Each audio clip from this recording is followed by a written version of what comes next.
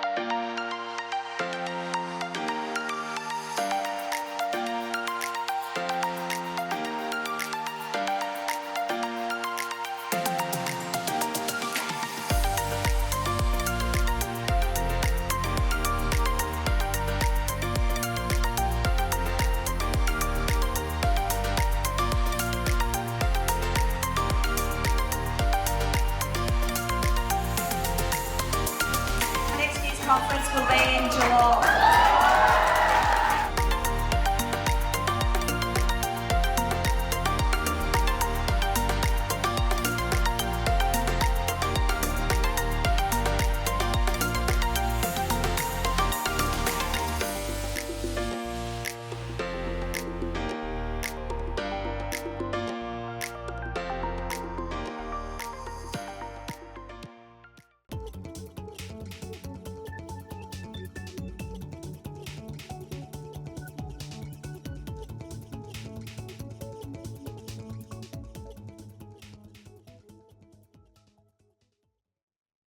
Hi everybody, this is Dave Sheehan from The Connect Show.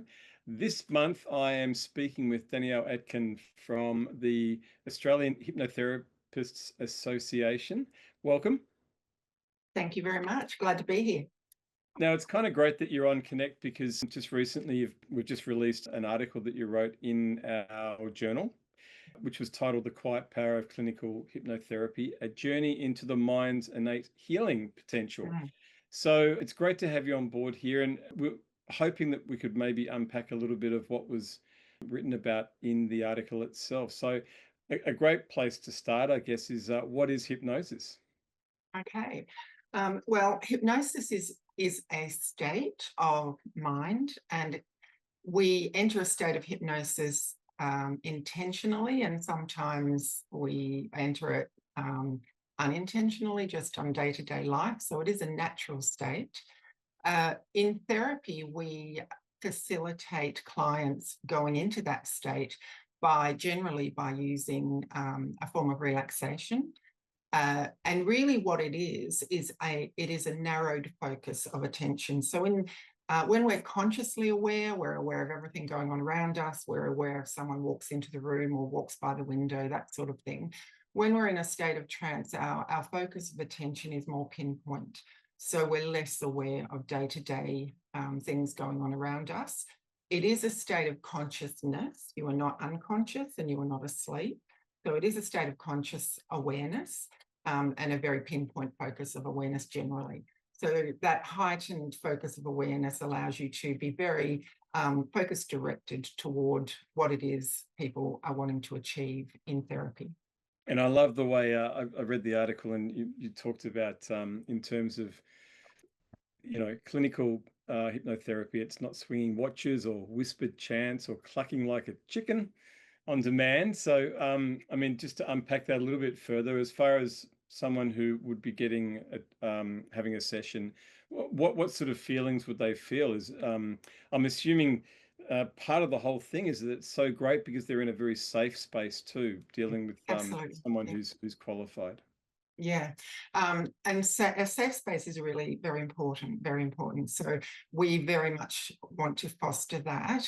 And when you mention those other things, like, it's the common statement that people make, am I going to cluck like a chicken? Well, yes, if you really want to, you can, but generally you will not. So we're very respectful of our clients, and we do like to separate ourselves as therapists from the hypnotherapists you may see doing stage shows, because it is a very different that's entertainment, and that is actually a show, and it's there for the benefit of entertainment. People are not out of control, as they would often want you to believe. They're up there on the stage because they are willing participants in the process. So in hypnosis, we can't make someone do anything they don't actually want to do. So that's one of the things. It's not mind control. You are very much in control when you're in hypnosis. So what we do in the therapy room is we would utilize a state generally of relaxation, create a safe space, unconditional rapport with our clients, of course, and just allow them to explore with their mind in a safe way different alternatives. What happens actually when we do get into a state of trance is there are some specific changes that happen in the brain that facilitate them to be able to look at things in a different way, a more the little negative voice that perhaps sometimes tells them that they wouldn't be able to do something, or they're not good enough, that sort of thing often brings people to therapy with anxieties and phobias and other sorts of things. That voice is very much quietened down in the state of what we call trance or a hypnotic state. And we then use very selected language and well-constructed language in the form of what we call therapeutic suggestions. And we use those when they're in this state where their judgmental mind, the conscious mind, has turned down, and we're more able to access the subconscious mind, which really is the mind where all our resources are, but also the mind where we run our patterns and our habits and the things that we do on autopilot without really ever thinking too much about it. And often our limiting responses might come from that. Consciously, we know, why am I doing this? I don't want to keep doing this, but we find that we continue to do them. And that's because they're not being driven by the logical part of the mind, they're being driven by the subconscious. So the real benefit of hypnosis is we can connect with that. Mm. And when we were talking before we came on air here, we were tossing up about whether we'd talk more about maybe therapists to refer on if they, in their own sessions. But the other side that you really touched on, which is big in our association, is to be really focused in on self-care as well. Yeah. So then you talked about that in terms of our members. So I thought that would be a really nice place to sort of talk about here on Connect as well. Did you want to maybe talk about that, how this whole hypnotherapy could be of help or assistance to our members? Yeah, for sure. There's so many things hypnosis can be, or hypnotherapy specifically, can be beneficial for. And, as therapists, we give a lot of ourselves, and it is possible that we run our cup dry, So I'm a great believer in self-care. I think that it's essential for everybody, but for therapists who are giving, it really is essential to be very mindful that we're not depleting ourselves as we give to others. So hypnosis is a wonderful tool to be able to facilitate self-care.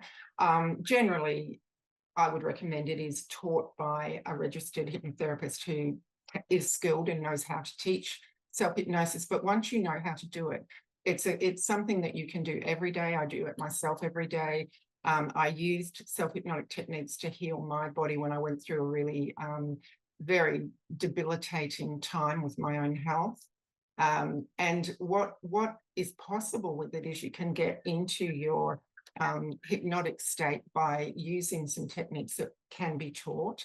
A lot of breath focus is also connected with getting into a hypnotic state.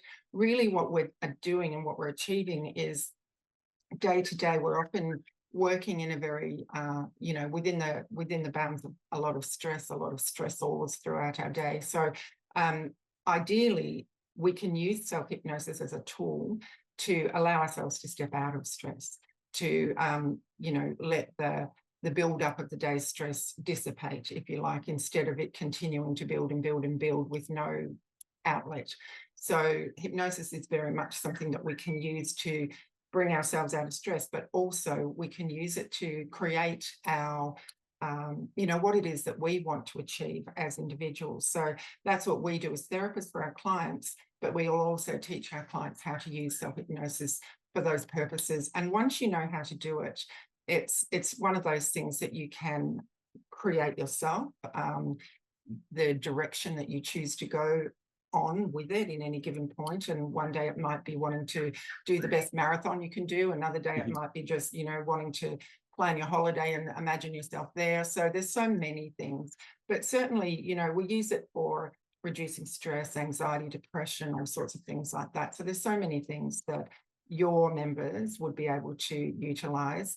And as you said, referral process is very much a little bit like, as we mentioned before when we spoke about in your own industry, having very skilled and well-trained practitioners, and then perhaps others out there in the community. And how do people know which is the ones to go to?